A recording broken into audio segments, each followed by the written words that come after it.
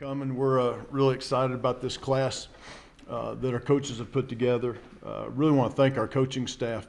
Done a tremendous job. Obviously, we don't have some of the resources other people have, and I think our coaches do a great job of evaluating talent and maximizing what we do have, and did a great job of showing a fantastic university in our facilities. And I think this is probably our best recruiting class by far. So thought they did a great job for us. Also, Mario Mocha, our athletic director, and Bron Cartwright, every weekend we bring these kids in for visits, and Mario and Bron are here every single weekend to meet them, and that doesn't happen at just every school for your AD and assistant AD to do that. And that means a lot to us and our staff and the support they give us. So this class was, really heavy on the defensive side. The defensive side of this class are guys that we think can immediately impact our program. A lot of defensive backs, a lot of linebackers, but some key defensive linemen for us. I think the safety, Chris Bell, is a guy that we haven't had a body like him before. He's a little over 6'3", 215 pounds. He can run. He can make things happen. The two corners that we signed, Shivers and Simmons, I think will be able to help us immediately. Simmons, actually, his dad is the DB coach at the Green Bay Packers, so coaches Devon House. So Devon helped us a little bit there and certainly helped. First time we've gotten a player out of El Paso. Lavea came, the defensive lineman, and that was a good get for us. We got the best player out of El Paso, in my opinion.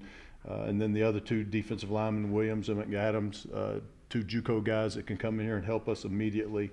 And then the linebacker core, again, we need immediate help there, some guys that can really help us. Mike Bowe is a guy that's here already for spring practice, and Rashi Hodge, another guy that really stands out. And then the rest of that group, I think, are all guys that come in here and help us pretty quickly also. The offensive side was a little bit different. We're really planning for the future there. We did sign 4 wide receivers, 1 grad transfer from Baylor, Tony Nicholson, but those guys I think could play here immediately and help us this year for sure.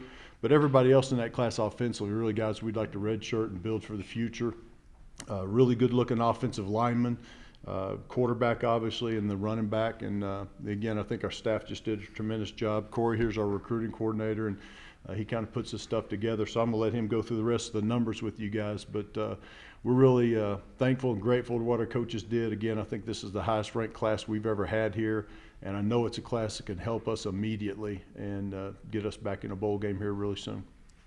Yeah, so for the 2019 signing class, we signed a full 25 in this class. So we got the last 10 in today. 15 were signed in the early signing period, and then the final 10 were signed today, so a full 25. Like Coach said, it's 11 offensive signees with 14 defensive signees, so a little bit more emphasis on the defensive side of the ball there. We're always going to try to take more high school kids than we do transfers, junior college, just to continue to build that foundation, that base for the program. So it would have been 13 high school players that we signed in this class from states all over the Southwest, Texas, Arizona, California, Florida, and Louisiana. So a really good national reach there. And then 10 junior college players. Quite a few of them are on campus now. And we did a really good job in California this year, something that we hadn't done in the past. Ronnie Pence recruits that area now for us full time. And we were able to actually sign 5 guys from the state of California this year. So we feel really good about being able to reach out and do a little bit more recruiting out there on the West Coast.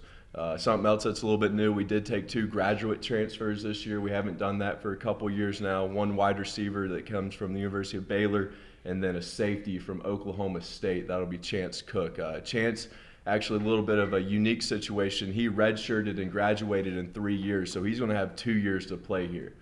Tony Nicholson, the receiver from Baylor, he will just have 1 as a graduate transfer. And then according to 247 Sports, we had 9 3-star recruits, which is the highest number that we've had the last couple years. So obviously stars don't mean anything until you get here and produce, but it's always great that we are recruiting a high caliber player to come in here to New Mexico State. Open for questions. Last year's class, I think, was up until now the best class that you've had. So stacking 2 back-to-back classes, like, I guess, what does that speak to you as far as, especially as it independent? I mean, I know that's not easy, so. Yeah, I think, number one, obviously the bowl game is still helping us, Jason. It helped us last year, obviously, coming right off of the bowl. And even this year, though, when we go places, people know who we are now, from that experience. So that's certainly been a big help. And then I think we've played a lot of games on national TV last couple of years, and that's helped us too. The independent thing, I'll be honest with you, is actually helping us in recruiting because we can show kids, our schedule and where we're going to be playing a lot of different places and the teams we're going to be playing. It excites those guys. And, not every kid can play at New Mexico State. We got to find the right kid. We got to find the kid that wants to play with a little chip on his shoulder, has a little bit of an edge to him, and wants this challenge. Not every kid is up to that. And so it takes a special guy to come here and play. And like I said, I think our coach has done a great job finding those guys. Having the exact same staff for, multiple years now, has that made it possible to get more 3-star guys? Yeah, it's huge. Yeah, it's absolutely huge because you have the same coach in the same recruiting area for a couple of years. Recruiting is all about relationships. And so you build the relationships with the junior college coaches, the high school coaches, and those things certainly help. And again, I think our staff, the continuity of our staff has been phenomenal. We've had very loyal assistant coaches here that have stayed and really, believe in what we're doing. And again, I can't say enough about the way not only our coaches have recruited, but the way we've evaluated. Terrell Hanks is getting ready to be drafted probably the 3rd round, and he had 1 scholarship offer coming out of high school, and that's a testimony to the way our guys evaluate talent. Is there somebody you would compare Nicholson to that maybe you've coached the last couple of years or have on your team right now? Cory coaches the receivers. I'll let him talk to that, but I'd say probably a Jonathan Boone type of guy. But yeah, so Tony, he brings tremendous speed to the position room. So he's not going to be as tall as the receivers we've taken the last couple of classes, but he's really dynamic and just really twitchy, really fast. The one thing we loved about him is he was actually first-team All-Big 12 punt returner as a freshman and sophomore. I mean, he's really dynamic in the return game, whether it's punt returns and kick returns. And O.J. Clark did a great job for us with that last year, but I think he can really add to tremendous value, not only being a quality wide receiver, but really in the return game as well. Both those two guys, the grad transfers from the Power 5 schools, you see those guys being able to step in immediately and really helping you? Yeah, absolutely, and that's why both were brought here. Chance Cook actually had a relationship with a real good friend of their families I played with at Kentucky, John Dumbald, and John kind of got us on Chance, and he's a guy that had gone there, played ever since he was a freshman, played in all 12 games as a freshman. So, he brings some maturity, and he's a really intelligent player. So I think he's something that we need on the defensive side. We kind of lost that with Dalton Harrington. Dalton was a great leadership guy, very smart, gets people lined up.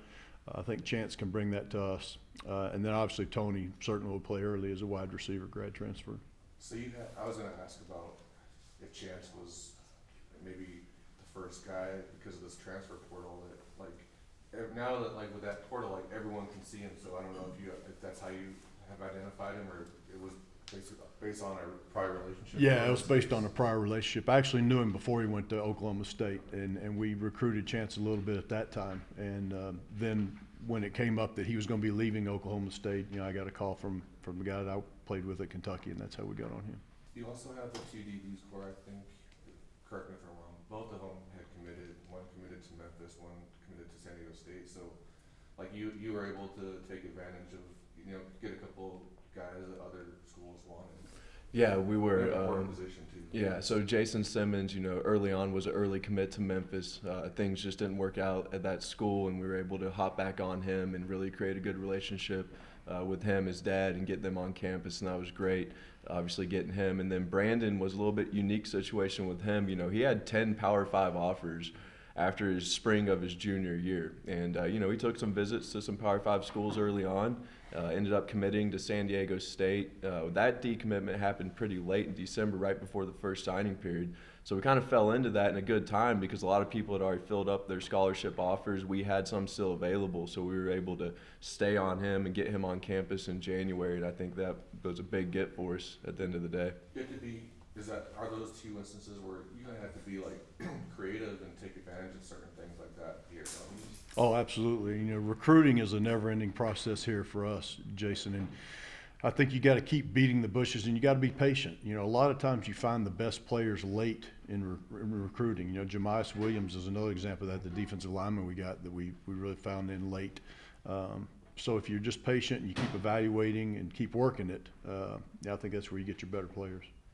getting a guy like Michael Bowe, is there some firepower now when you're going in rooms and going in homes trying to recruit a linebacker because of Butler and Ferguson and Hanks and the success they've had here under Coach Bassiani? Yeah, no question, Adam. When you look at what New Mexico State has done, our first recruiting classes are just now starting to matriculate out of the programs, right? Larry Rose and those guys were our first recruiting class. A lot of those guys had success. Jaleel Scott was in the Senior Bowl and got drafted.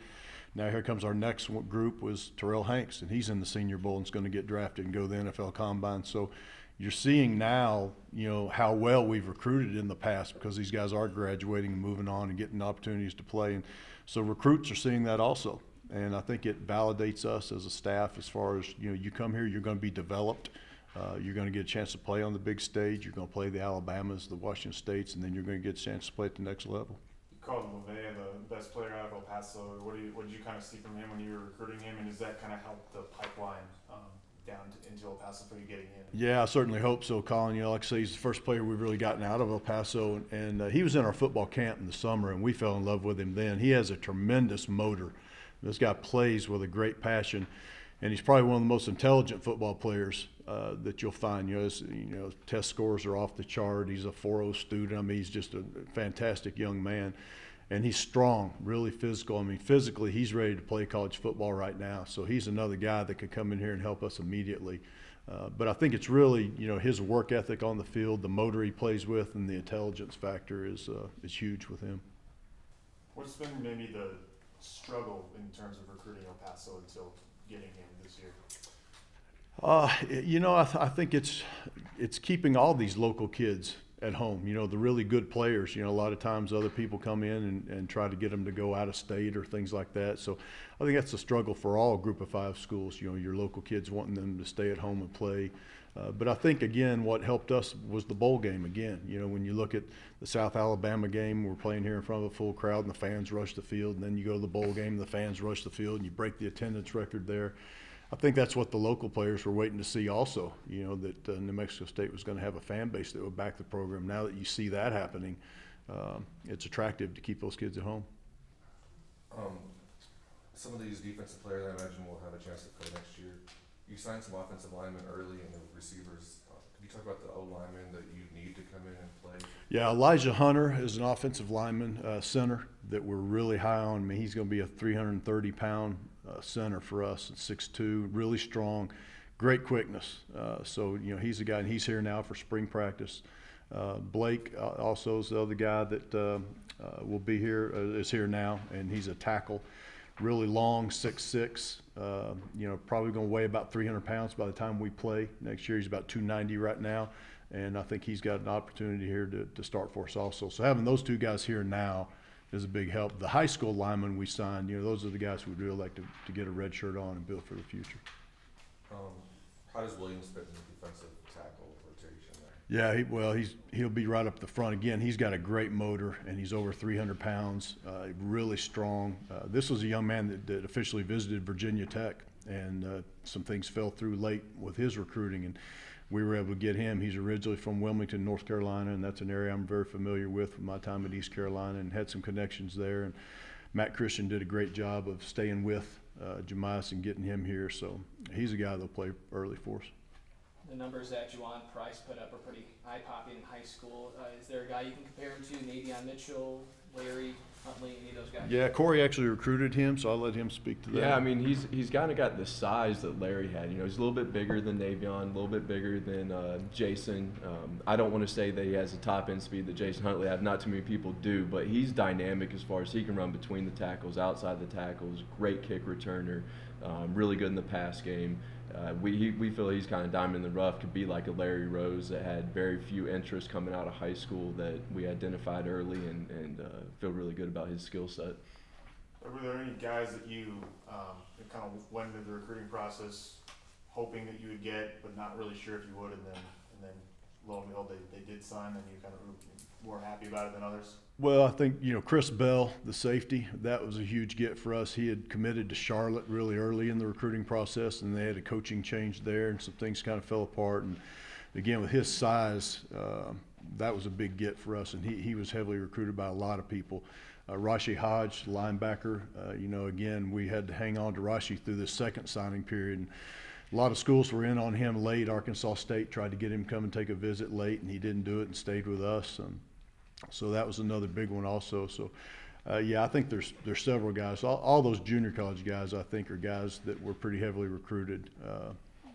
So, you know, again, I think we had a good year. You lost to Marcus Owens, so do any of these freshman corners have a chance to play? Yeah, they absolutely. Yeah, these freshman corners absolutely have a chance to come in here and play from a depth standpoint and a special team standpoint at least. But certainly both these guys have the physical makeup to play. Jason, they're both bigger corners than what we've had in the past, particularly Shivers. He's really long, and that's why he had all those power conference offers. So, yeah, those guys certainly could help us early. Was this a different year in recruiting because you do have so many playmakers coming back, where you kind of just had to fill some other spots? Yeah, it was different on each side of the ball, Adam. You know, offensively, you know, we're really pretty set. You know, we like the receivers that we brought in because we think those guys can play for us right away. The two offensive linemen we think can play for us right away. But everybody else on that side are guys that we think we've got time to develop and redshirt and keep using the high school recruiting in that facet. Defensively, we needed some immediate impact, particularly at linebacker and in the secondary. We've got to get better in those two areas and got to get more depth. And so that's why those are so heavy in numbers on linebacker and DBs.